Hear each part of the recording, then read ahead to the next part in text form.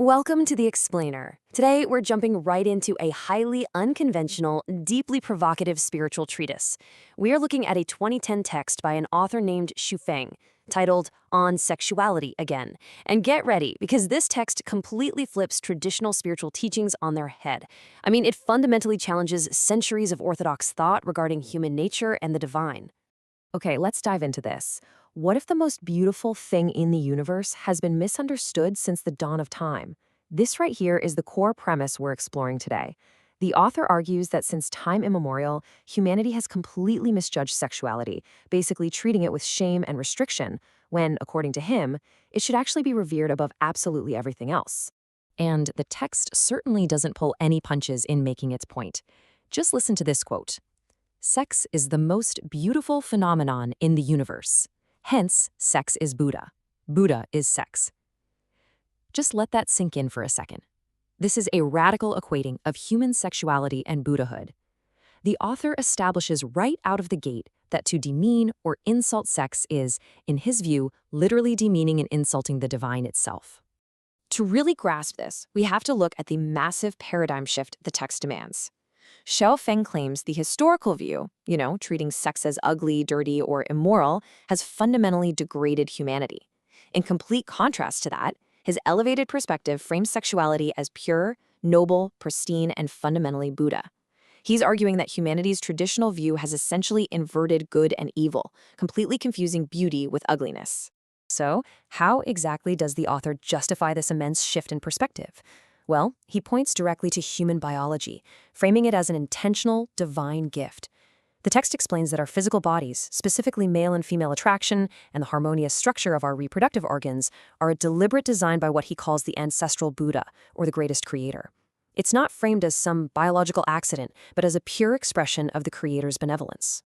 To see how this builds into a logical progression, the text gives us a very straightforward biological breakdown. It goes like this. Eyes are for seeing. Ears are for hearing, feet are for walking. Therefore, he reasons, sexual organs are specifically designed for experiencing the joy of sexuality, not just for utilitarian purposes, right? The author argues that having these organs and refusing to use them for joy is a direct defiance of the creator's intent. To him, it's literally as absurd as having eyes but refusing to open them. And wow, he really leans into some fiery rhetoric here. The text reads, all who degrade, vilify, suppress, desecrate, or attack sexuality are demons, monsters, and the offspring of the unnatural. He classifies anyone who suppresses this biological reality not as holy or pure, but as an unnatural monster rebelling against the Creator's will. Which brings us to a massive focal point of the text, a complete and utter condemnation of traditional morality. Historically, society has tended to view ascetics, people who restrict or deny themselves physical pleasures, as these ultimate moral paragons. But Xu Feng claims this is a grossly distorted value system. He argues that the historical Puritans who restricted sexuality have completely inverted human values. Take the concept of immoral lust, for instance. The text explicitly redefines this heavily loaded term. According to the author, immoral lust isn't even a real phenomenon. He says it's an invention created by people with foul minds and jealous hearts. He argues that just as there is no such thing as immoral eating, because eating is just eating, there is no immoral lust. Sex is just sex. Labeling it as immoral, he insists, is simply a reflection of hypocritical, narrow-minded jealousy. Now, there's a highly vivid phrase the text uses that really stands out: spiritual schizophrenia. The author aggressively critiques religious hypocrisy, writing, to yearn for sex while defiling it is the hallmark of those afflicted with spiritual schizophrenia. He's calling out that deep internal conflict of secretly desiring something while publicly vilifying it. He labels those people as selfish, cunning, and fundamentally disconnected from reality. Just think about how intensely that contrasts with the traditional dogmas of restraint so many of us grew up around. This is definitely a pivotal moment in our understanding of the text. We've seen the harsh critique, right? But if we aren't supposed to flee from sex, what exactly are we supposed to do with it spiritually? The author poses a very direct challenge. Tell me, why do you flee from sexuality? What is your reason?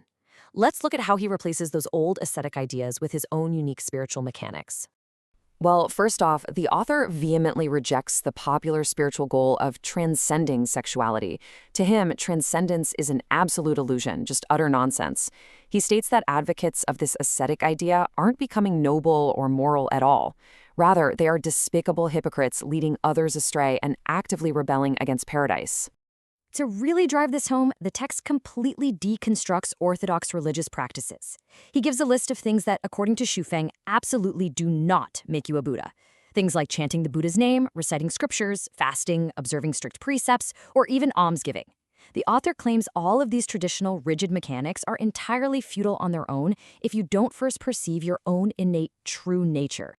Xufeng builds this case using established spiritual figures, citing a quote attributed to the Buddha. Buddhas do not recite scriptures, do not adhere to precepts, do not violate precepts, and neither create good nor evil. He's using this teaching to argue that true spirituality isn't about following rigid man-made rules. It's about seeing one's innate nature without all the heavy baggage of dogma. So if chanting, fasting, and strict precepts are out, what is the practical spiritual solution in this framework? Well, according to the text, the path to the Pure Land of ultimate bliss requires fully uniting with sexuality. You don't try to transcend it, you don't try to ignore it, you merge into its infinite essence. That, he claims, is the one and only way a person can reach the Pure Land and experience true ultimate bliss. So the crucial point here is how one actually achieves this profound union. The author doesn't leave us guessing. He provides 3 very specific esoteric steps. Step 1, 2 sexes unite to form Taiji, which represents perfect balance. Step 2, unite with heaven to enter formlessness, shedding physical attachments.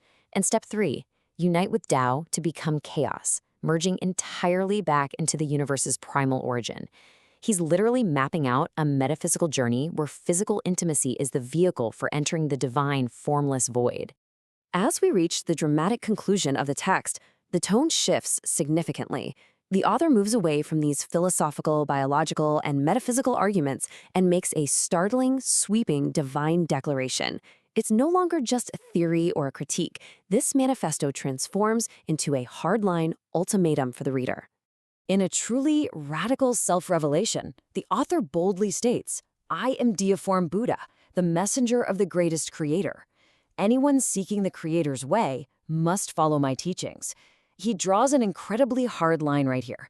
He claims his path is the sole route to heaven, and anyone diverging from his teachings, regardless of their ethnicity, nationality, or religion, is heading straight for hell.